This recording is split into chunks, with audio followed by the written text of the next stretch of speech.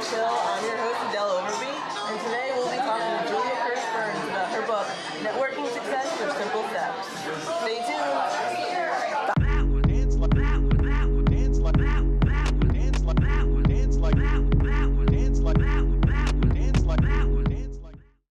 Julia, thank you for joining us today. Thanks for having me. I'm so excited. I'm awesomely excited to be in Brooklyn. That's right, because you're like from what, Inwood? I came from the deep part of Manhattan in Inwood. So that's so far. Thank you so much for coming. It's fine.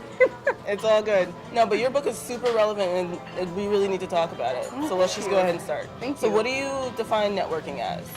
I define networking as an exchange between two people. That can be an exchange of information, an exchange of resources, an exchange of ideas, or even like an exchange of a new friendship, right? Or someone you've just met should meet that you know in your circle. That's so interesting because I know a lot of people consider networking to be only like a working thing. No.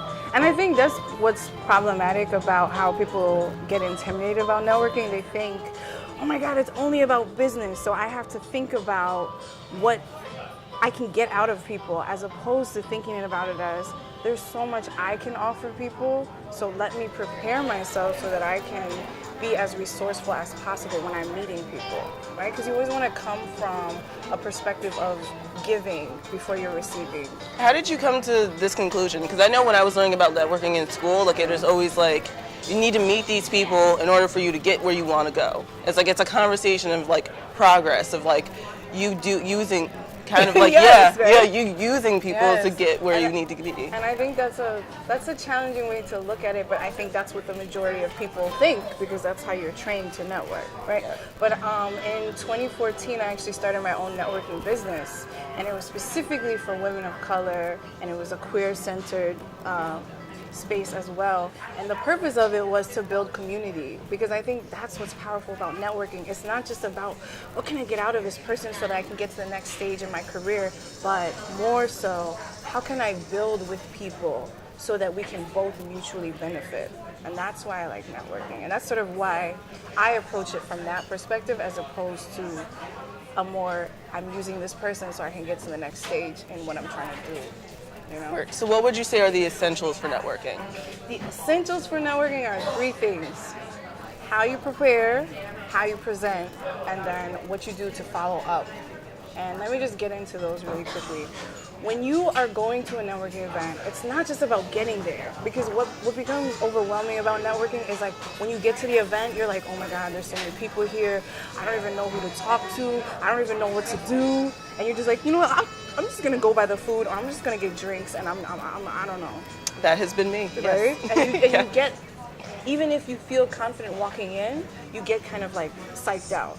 So the key is the night before, a couple of days before, I would scope out the location of the event. You know, Google is everybody's friend. I would scope out the location of the event. I would look at the business that's hosting the event and look at if they've had any like pictures of previous events and what are people wearing, what do they look like, what's the vibe like, because that can also make you feel comfortable. I've been to events where I'm like super dressed up and it's like a tech crowd, and and it's all jeans. It's all jeans, and I'm like, and it's okay. It's totally fine, because I'm like, whatever, I look good. But it's also great to blend in, too. And you want to be comfortable with the crowd. So it's always good to do your research. And then you want to do research on yourself. Like, review your resume. Make sure your resume is up to date. Make sure that you know what's on your resume, because when you're able to really study yourself and study your resume, you can be such an asset to other people, because you already know what tools you have in your toolbox. So you know what you bring to the table. Yes, because a lot of us, like, we freeze up when it's like, and what about you? What do you do? And we just go to like, oh, I work at so-and-so, instead of I'm a creative. And this is what I aspire to be. Yes, because it's not just about what you're currently doing; it's about what you want to do in the future too, right? So that's what's exciting about networking. I think one key is having an elevator pitch, and an elevator pitch is like in 30 seconds or less. How can you approach someone and allow them to learn as much as possible about you in like one sentence? Like, I'm Adele. I'm a creative, and I'm interested in learning more about graphic design in the tech world.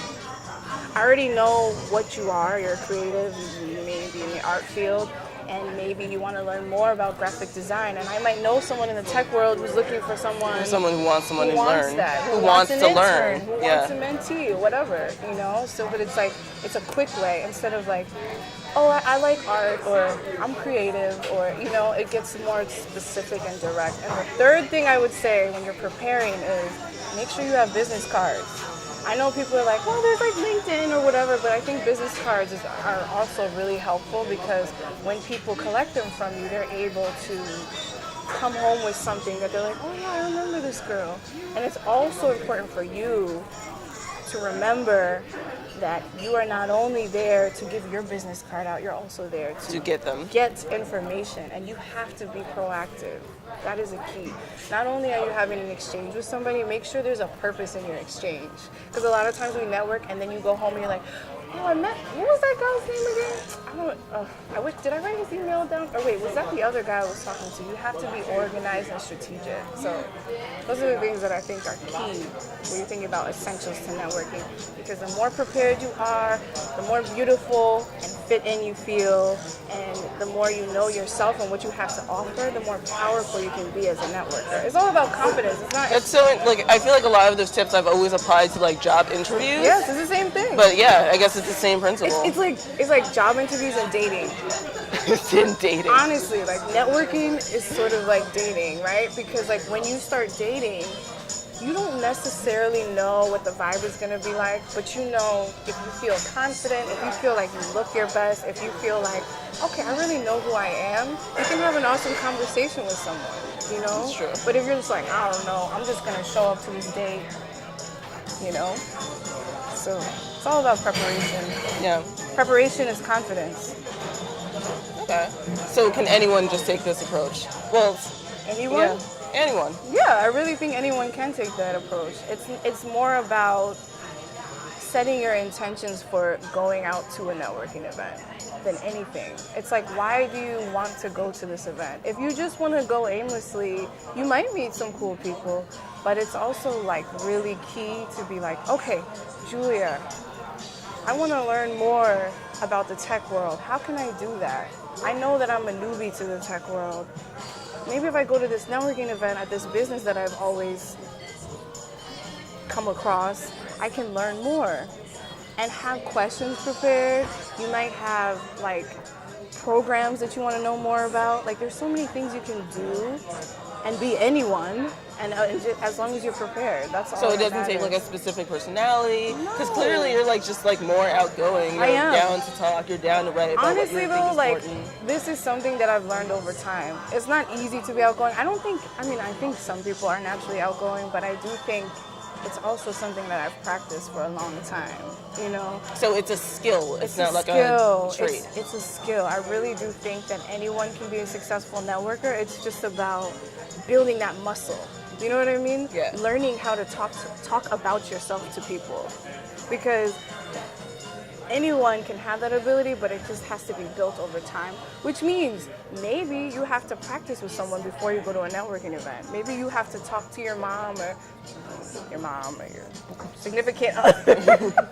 Most likely your significant Or your other. friends, Yeah. or whomever that you feel comfortable with, and have a few questions. Ask them to grill you, like, so why are you here? Because people will approach you and have like very direct questions, and it might make you feel uncomfortable. But if you practice with somebody or you practice in the mirror, you get into the habit of talking about yourself. And I think the thing that intimidates people the most about networking is the spotlight is on you, and people are like, so what do you do? And it's very intimidating. Because it feels like, especially getting new into any industry Yeah. that you're in, it just feels like this person has already done so many things, Yeah, and I'm just little starting old out, me. and I don't know. Yeah. I haven't actually done anything. I only have things that I want to do. But I think that's the key, is to be authentic. You know, some of us hide behind, well, I have this degree or I have, this job. But I think a key is being open and honest and being direct about what you're looking for and also what you can offer. Because when you're honest and open and direct, people are really willing to help you. Whereas if you try to sort of fabricate what you're trying to do or pose to be someone that I'm super experienced too. People can see through that. So it's really Easily important. if they're in the industry. Yeah, it's really important for you to know yourself first and be okay with, being like, hey, I'm really new to this industry. I'd love to learn more. I was wondering if we could go out for coffee sometime. The worst thing that can happen is someone's like, no. Okay, so you move on to someone else. I think another key is it's not only about, preparing and how you are when you get to an event, but it's also about how you follow up with people. Because one thing that I would recommend is every time you meet someone, ask for some sort of either an intention like, let's meet up for coffee on this date. I'd love to meet up with you for coffee on this date. Can I have your email address? Or I'd love to follow up with you on our conversation. Can I have your card? Just have an intention and have a purpose. And when you get home or when you're on the subway, take about 10 minutes to go through each person that you've met, and on the back of the card, like let's say on the back of Adele's card, I'd write, I met Adele at this event on this date. We talked about these topics. Why should you do that? Because when you get home and you write a follow-up email, you can be as detailed as possible. So the person who's receiving 20 emails from all the people they met at a networking event will say, oh yeah, I do remember her. She's like a really cool person. We had a really interesting conversation versus you just saying something general like, hey, we met at this event, let's go for coffee sometime. It's not very specific. The more specific you are in terms of knowing about yourself and the more specific you are in terms of following up with people about what you talked about makes it very personalized and makes it seem like you're interested in that person. That's why it's the same as dating. So what if it's the same as dating? So what if you're at this event, you're new into the industry, and you met all these people, you got all these cards, and you write notes on what you guys talked about, but like for the next week, you haven't actually done anything in the industry. Wait, what do you mean? So like, you guys were talking about things that you were going to do, and you don't have any new information for that person. Does that matter? So as in you follow up with the person? Yeah, so like you want to talk to them more, but you haven't actually done anything in the industry. Like you haven't actually done anything for yourself to like get yourself, progress yourself. How do you go about talking to them after you already said that you were gonna like get yourself out there? I know this is like a weird question. No, like, I think that's a great question because that's very realistic. I think the key is, again, just following up and saying, I know we talked about X, Y, and Z. I am still looking into it, but I would love for us to follow up or say, I had a little trouble like researching some of the things we talked about. Do you have any tips of where I can go? Or do you know of any contacts I can reach out to? Because the thing is, people like to help for the most part. I mean, I'm keeping it real. But people really do like to help.